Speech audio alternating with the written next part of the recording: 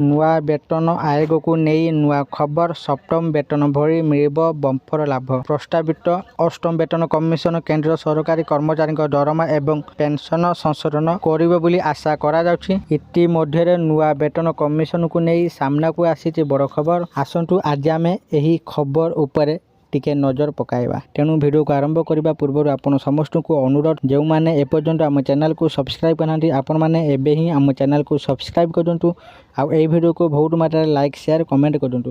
ତେବେ ଚାଲନ୍ତୁ ଡେରି ନ କରିକି ଆଜିର ଏହି ଭିଡ଼ିଓଟିକୁ ଆରମ୍ଭ କରିବା।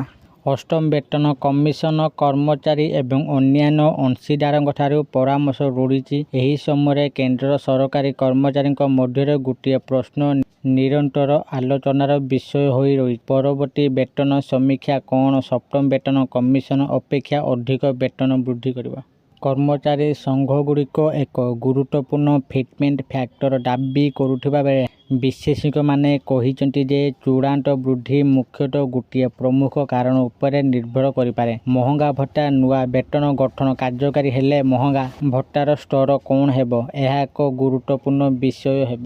ଫିଟମେଣ୍ଟ ଫ୍ୟାକ୍ଟର କାହିଁକି ଗୁରୁତ୍ୱପୂର୍ଣ୍ଣ? ବେତନ କମିଶନ ଅଧୀନରେ ଦରମା ସମୀକ୍ଷା ନିର୍ଣ୍ଣୟ କରୁଥିବା ସବୁଠାରୁ ଗୁରୁତ୍ୱପୂର୍ଣ୍ଣ କାରଣଗୁଡ଼ିକ ମଧ୍ୟରୁ ଗୋଟିଏ ହେଉଛି ଫିଟମେଣ୍ଟ ଫ୍ୟାକ୍ଟର। ଫିଟମେଣ୍ଟ ଫ୍ୟାକ୍ଟର ହେଉଛି ମୂଳତଃ ସଂଶୋଧିତ ଦରମା ଗଣନା କରିବା ପାଇଁ ବିଦ୍ୟମାନ ମୌଳିକ ଦରମାରେ ପ୍ରୟୋଗ କରାଯାଇଥିବା ଏକ ଗୁଣକ। ସପ୍ତମ ବେତନ କମିଶନରେ ଫିଟମେଣ୍ଟ ଫ୍ୟାକ୍ଟର 2.57 ସ୍ଥିର କରାଯାଇଥିଲା। ଉଦାହରଣ ସ୍ୱରୂପ ପୂର୍ବ ସର୍ବନିମ୍ନ ମୌଳିକ ଦରମା 7,000 ଥିଲା। 2.57 ଗୁଣକ ପ୍ରୟୋଗ କରିବା ପରେ ଲେବର 1 ସରକାରୀ କର୍ମଚାରୀଙ୍କ ପାଇଁ ସଂଶୋଧିତ ସର୍ବନିମ୍ନ ଦରମା 18,000 ସ୍ଥିର କରାଯାଇଥିଲା। ଉପର ସ୍ତରରେ ବରିଷ୍ଠ ଅଧିକାରୀଙ୍କ ଦରମା ପ୍ରତି ମାସରେ 2.5 ଲକ୍ଷକୁ ବୃଦ୍ଧି ପାଇଥିଲା।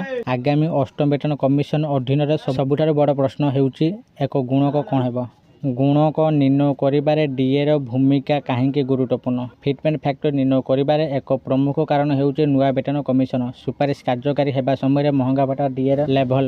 ସାଧାରଣତଃ ନୂଆ ଗୁଣକ ପ୍ରୟୋଗ କରିବା ପୂର୍ବରୁ ସଂଗୃହୀତ ଡିଏ ମୂଳ ଦରମାରେ ଯୋଡ଼ା ଯାଇଥାଏ। ଏହି ଅତିରିକ୍ତ ଡିଏ ସଂଶୋଧିତ ଦରମା ଗଠନ ଗଣନା ପାଇଁ ଆଧାର ଗଠନ କରେ। ଉଦାହରଣ ସ୍ୱରୂପ ଯଦି କାର୍ଯ୍ୟକାରୀ ସମୟରେ ଡିଏ ପ୍ରାୟ 60% ହେବ ବୋଲି ଆକଳନ କରାଯାଏ, ତେବେ ଏହି ସଂଖ୍ୟା ନୂଆ ଫିଟମେଣ୍ଟ ଫ୍ୟାକ୍ଟର ନିର୍ଣ୍ଣୟ ପାଇଁ ଆରମ୍ଭ ପଏଣ୍ଟ ହୋଇଯାଏ।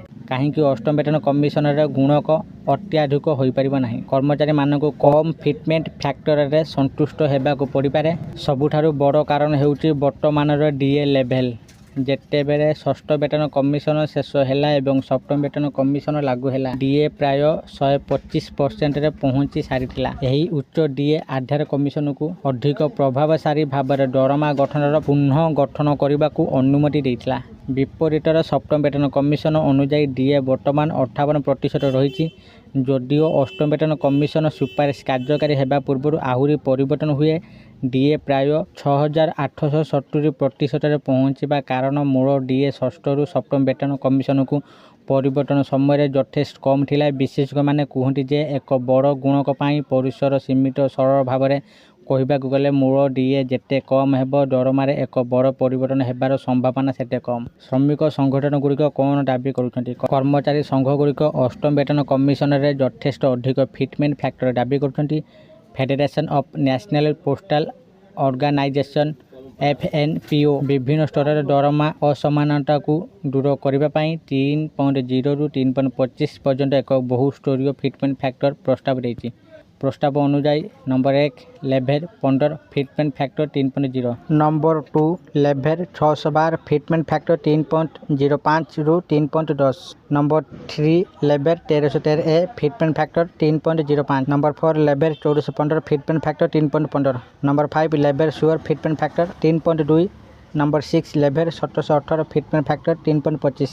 କର୍ମଚାରୀ ପ୍ରତିନିଧିମାନେ ଯୁକ୍ତି ଦିଅନ୍ତି ଯେ ଏପରି ପର୍ଯ୍ୟାୟବଦ୍ଧ ଗଠନ କନିଷ୍ଠ ଏବଂ ବରିଷ୍ଠ ସ୍ତରରେ ଅର୍ଥପୂର୍ଣ୍ଣ ଦରମା ବୃଦ୍ଧି ସୁନିଶ୍ଚିତ କରିବା। ବିଭିନ୍ନ ରିପୋର୍ଟ ଭିନ୍ନ ଭିନ୍ନ ପରିସର ପ୍ରଦାନ କରେ। ଏହା ସହିତ ବିଭିନ୍ନ ରିପୋର୍ଟ ଏବଂ ବିଶେଷଜ୍ଞ ଆକଳନ ସମ୍ଭାବ୍ୟ ଫିଟମେଣ୍ଟ କାରକଗୁଡ଼ିକର ଏକ ବିସ୍ତୃତ ପରିସରକୁ ସୂଚିତ କରେ। କିଛି ଆକଳନ ସୂଚାଇଥାଏ ଯେ ଗୁଣକ 1.83 ଏବଂ 2.57 ମଧ୍ୟରେ ହୋଇପାରେ, ଯାହା ପୂର୍ବ ସଂଶୋଧନ ସହିତ ବ୍ୟାପକ ଭାବରେ ସମାନ।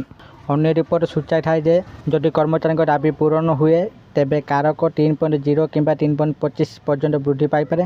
ଚୂଡ଼ାନ୍ତ ସଂଖ୍ୟା ଅନେକ କାରଣ ଉପରେ ନିର୍ଭର କରିବ, ଯେପରିକି ମୁଦ୍ରାସ୍ଫୀତି ହାର, ସରକାରୀ ଆର୍ଥିକ ସ୍ଥିତି, ଘରୋଇ କ୍ଷେତ୍ର ସହିତ ଦରମା ସମାନତା ଏବଂ ଡିଏକୁ ମୂଳ ଦରମାରେ ସଂଯୋଜିତ କରିବା ପାଇଁ କମିଶନ ଦ୍ୱାରା ଗ୍ରହଣ କରାଯାଇଥିବା ପଦ୍ଧତି।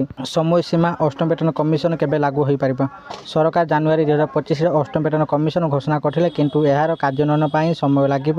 ସାଧାରଣତଃ ପରାମର୍ଶ ପ୍ରସ୍ତାବ ଦାଖଲ ଏବଂ ଚୂଡ଼ାନ୍ତ ସୁପାରିଶ ପ୍ରକ୍ରିୟା 18ରୁ 24 ମାସ ସମୟ ନେଇଥାଏ। 2026 ସୁଦ୍ଧା କର୍ମଚାରୀ ସଂଘ ସହିତ ଆଲୋଚନା ତ୍ୱରାନ୍ୱିତ ହେବ ବୋଲି ଆଶା କରାଯାଉଛି, ଯାହା ପରେ କମିଶନ ଏହାର ପ୍ରସ୍ତାବଗୁଡ଼ିକୁ ଚୂଡ଼ାନ୍ତ କରିବେ। ବର୍ତ୍ତମାନ ପାଇଁ ସରକାରୀ କର୍ମଚାରୀମାନଙ୍କ ମଧ୍ୟରେ ଆଶା ଅଧିକ, ବିଶେଷ କରି ଯେହେତୁ ସଂଘଗୁଡ଼ିକ 3.25 ପର୍ଯ୍ୟନ୍ତ ଫିଟମେଣ୍ଟ ଫ୍ୟାକ୍ଟର ଦାବି କରୁଛନ୍ତି। ତଥାପି ପୂର୍ବ ବେତନ କମିଶନ ପରିବର୍ତ୍ତନ ତୁଳନାରେ ଡିଏର ନିମ୍ନ ସ୍ତର ଏକ ପ୍ରମୁଖ ପ୍ରତିବନ୍ଧକ ହୋଇପାରେ। ଯଦି ଏହି କାରଣ ଗଣନାରେ ପ୍ରାଧାନ୍ୟ ବିସ୍ତାର କରେ, ତେବେ ଅଷ୍ଟମ ବେତନ କମିଶନ ଏକ ଗୁରୁତ୍ୱପୂର୍ଣ୍ଣ ଦରମା ବୃଦ୍ଧି କରିପାରେ। ଆଶା କରୁଛି ଆପଣମାନଙ୍କୁ ଆଜିର ଏହି ଭିଡ଼ିଓଟି ନିଶ୍ଚିତ ଭାବରେ ଭଲ ଲାଗିଥିବ ଆଉ ଆପଣମାନେ ଭିଡ଼ିଓ ଦେଖି ସବୁକିଛି ବୁଝିଯାଇଥିବେ। ଯଦି ଆପଣମାନଙ୍କୁ ଏହି ଭିଡ଼ିଓଟି ଭଲ ଲାଗିଥାଏ, ଦୟାକରି ଏହି ଭିଡ଼ିଓକୁ ବହୁତ ମାତ୍ରାରେ ଲାଇକ୍, ସେୟାର ଓ କମେଣ୍ଟ କରନ୍ତୁ। ଆଉ ଯେଉଁମାନେ ଏପର୍ଯ୍ୟନ୍ତ ଆମ ଚ୍ୟାନେଲକୁ ସବସ୍କ୍ରାଇବ୍ କରିନାହାନ୍ତି, ଆପଣମାନଙ୍କୁ ଅନୁରୋଧ ଆପଣମାନେ ଏବେ ହିଁ ଆମ ଚ୍ୟାନେଲକୁ ସବସ୍କ୍ରାଇବ୍ କରନ୍ତୁ। ଆଜି ପାଇଁ ଏତିକି, ପୁଣି ଦେଖାହେବ ଆଉ ଏକ ନୂଆ ଭିଡ଼ିଓରେ। ସେତେ ପର୍ଯ୍ୟନ୍ତ ମୁଁ ଦୀପୁ ଆପଣମାନଙ୍କଠାରୁ ବିଦାୟ ନେଉଛି। ରହୁଛି, ଧନ୍ୟବାଦ।